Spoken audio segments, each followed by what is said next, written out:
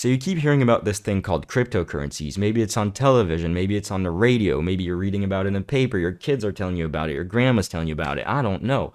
But today, I'm going to explain everything you need to know, from the start of Bitcoin to how it works, all the way to different types of crypto investments. Before cryptocurrencies, the only way to send an electronic payment to someone or a company was to use your credit card, do a bank transfer, or use apps such as PayPal, Cash App, Venmo, etc. One thing all these methods have in common is that there's a third party involved in every single transaction. That third party is allowed to collect your data because you agreed to the terms and conditions, obviously, and then resell it for profit.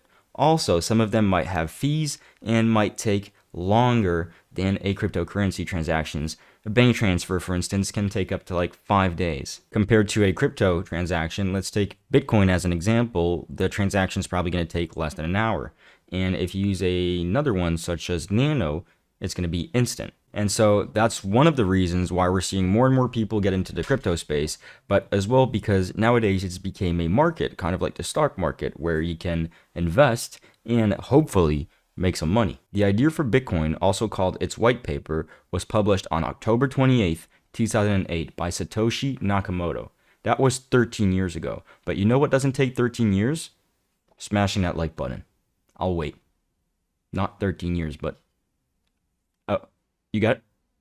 Thanks, appreciate it. Every single cryptocurrency runs on something called a blockchain, which is, simply put, a public, verifiable, tamper-proof ledger of transactions. These transactions are said public because anybody can look up any past transaction that's been made in cryptocurrency. They're verifiable because those transactions aren't stored in a single place.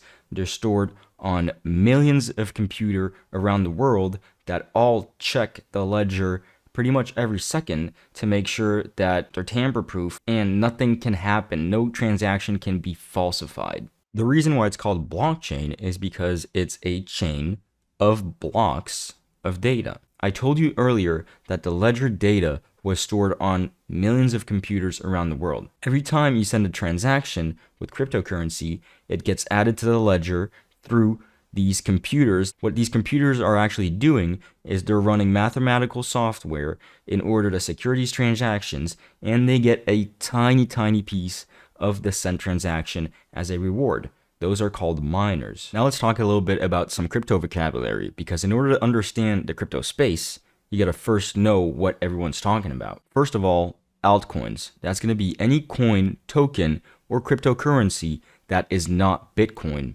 Alt as in alternative, coin as in coin, alternative to Bitcoin. Fiat or fiat currency. That is going to be the currencies backed by government or gold, such as euros, dollars, yuans, whatever you want to call it, even though it's been years since most of the currency's been backed by gold. Crypto address. That's going to be the destination where you're going to send crypto to. So for instance, think of it as a bank routing number or the address of your friend you want to send a letter to. Crypto exchange. That is going to be the place where you're going to buy, sell, trade, hold, or even stake your cryptocurrency. Stake or staking, that is going to be the action of locking up your currency in order to receive annual interest on it. And these lockups can either be flexible, meaning you can take the crypto out at any moment, or they can be 1 month period, 3 months period, 6 months, even a year. DeFi or decentralized finance, that is the blanket term for any kind of finance that is not centralized, which means that doesn't use a third party. Gas fees. Those are the fees you're going to pay the miners in order to send some crypto to a crypto address. Miners. They're basically computers running mathematical programs in order to store these blocks of data on the blockchain and secure it. Stablecoins are going to be coins that, unlike Bitcoin, don't fluctuate every single second, or if they do, it's very minimal. That's why they're called stablecoins. And most of them, such as Tether, USDC, DAI, usually try to stay about the value of $1. A whale, that is basically someone or a crypto wallet that holds enough of one single crypto to make the price of it fluctuate by either selling or buying that asset. Crypto wallet, that's basically what it is. It's your wallet that holds your crypto. Now let's get into the interesting part of this video. Crypto investing. The first way to do it is buying crypto and holding it, hoping that it goes up in the long run. The places to buy it are crypto exchanges, such as Coinbase, that is really easy to use but has high fees, or the Crypto.com app that is a tiny bit more complicated, but you'll have no fees for your whole first month on the app. I'll leave links down below in the description to both of those. Those are affiliate links, so if you use them, it helps me out, supports me to create more content. I'll appreciate it. I'm not giving out financial advice, so I can't tell you what to buy. As I said, always do your own research, but Bitcoin is the biggest cryptocurrency at this time, and pretty much the whole market follows its fluctuations. The second way to invest in crypto is actually getting to mining. This is going to require a bit more research and a bit more knowledge, but that's my preferred way of investing into crypto.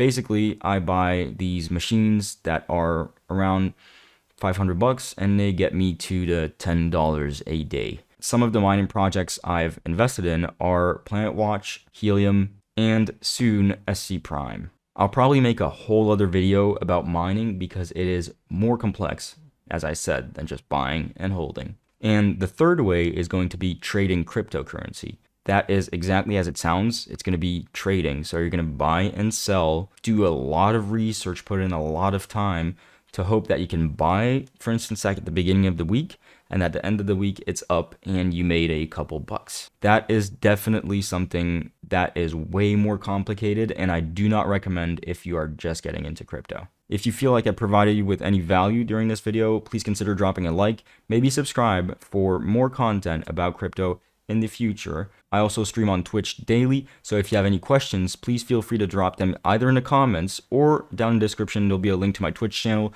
Go follow me over there, and you can ask me those questions live. I'll catch you guys later. This was Smolcom. Peace.